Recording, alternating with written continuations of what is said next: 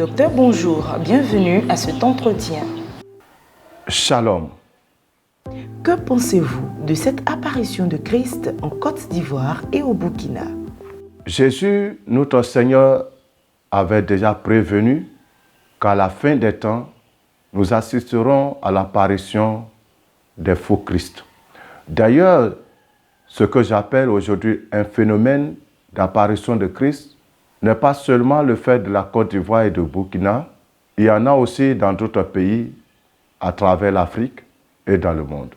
Dans Matthieu chapitre 24, le verset 5, Jésus lui-même nous avait déjà avertis en nous disant car plusieurs viendront sous mon nom, disant, c'est moi qui suis le Christ, et ils séduiront beaucoup de gens.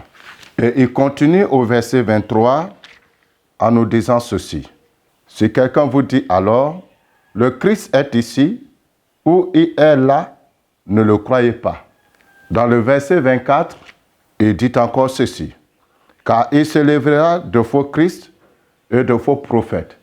Ils feront de grands prodiges et des miracles, au point de séduire, s'il était possible, même les élus. Alléluia. Ce que nous sommes en train de voir de nos jours n'est donc rien d'autre que l'un des signes de la fin des temps mentionnés dans le livre de Matthieu 24. L'apparition de faux Christ n'est pas un fait nouveau dans l'histoire des religions, surtout dans l'histoire de la religion chrétienne. Mais le fait que de plus en plus, en ces derniers temps, des hommes et des femmes se lèvent pour se proclamer comme étant le Christ, doit nous interpeller et nous amener à comprendre que les temps sont proches, où l'Église doit être enlevée. Que les temps de l'enlèvement sont proches et que nous devons nous préparer à la rencontre de notre Seigneur, le véritable Christ, qui viendra prendre son Église. Nous avons appris ce jeudi 31 mars 2022 l'arrestation du présumé Jésus de Nazareth, connu sous le nom de Jésus de Patmos et ironiquement surnommé Jésus de Koumassi par le peuple ivoirien. Alors, comment jugez-vous cette arrestation? Dans notre constitution ivoirienne, au chapitre des droits et libertés, à son article 19, il est écrit « La liberté de pensée et la liberté d'expression, notamment la liberté de conscience, d'opinion philosophique et de conviction religieuse ou de culte, sont garanties à tous. Chacun a le droit d'exprimer et de diffuser librement ses idées. Ces libertés s'exercent sous la réserve du respect de la loi, des droits d'autrui, de la sécurité nationale et de l'ordre public. Toute propagande ayant pour but ou pour effet de faire prévaloir un groupe social ou un autre, ou d'encourager la haine raciale, tribale ou religieuse est interdite. Au regard de ce que dit notre Constitution, qui garantit la liberté de croyance, et à la lumière de l'article 19, nous pouvons nous poser la question, est-ce que cette arrestation était judicieuse? Mais ce n'est pas à moi de juger les actions des autorités ivoiriennes. Il paraît d'ailleurs que cette arrestation a été faite suite à une plainte portée par un groupe d'hommes de Dieu.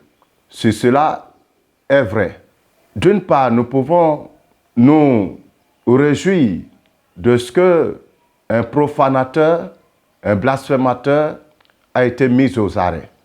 Mais d'autre part, nous devons veiller et faire attention afin que ça n'ouvre pas la porte à l'atteinte à la liberté religieuse dans notre pays dans les temps à venir.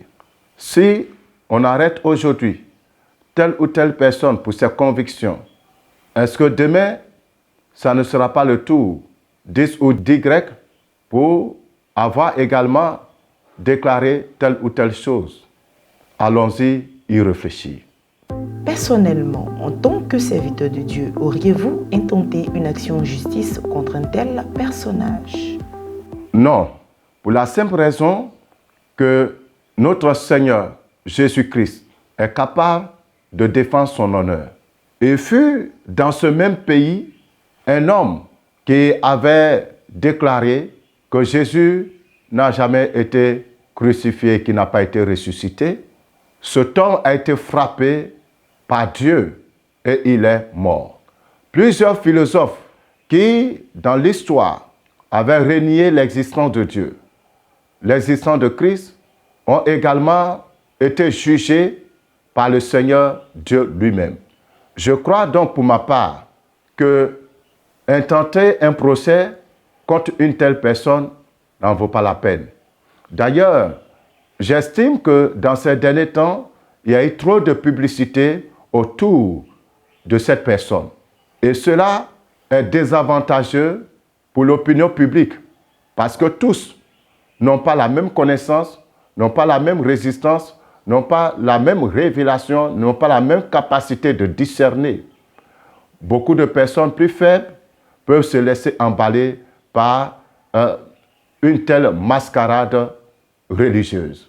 Je dirais donc qu'il revient à l'Église de chercher de tout cœur la puissance de Dieu pour un véritable réveil spirituel.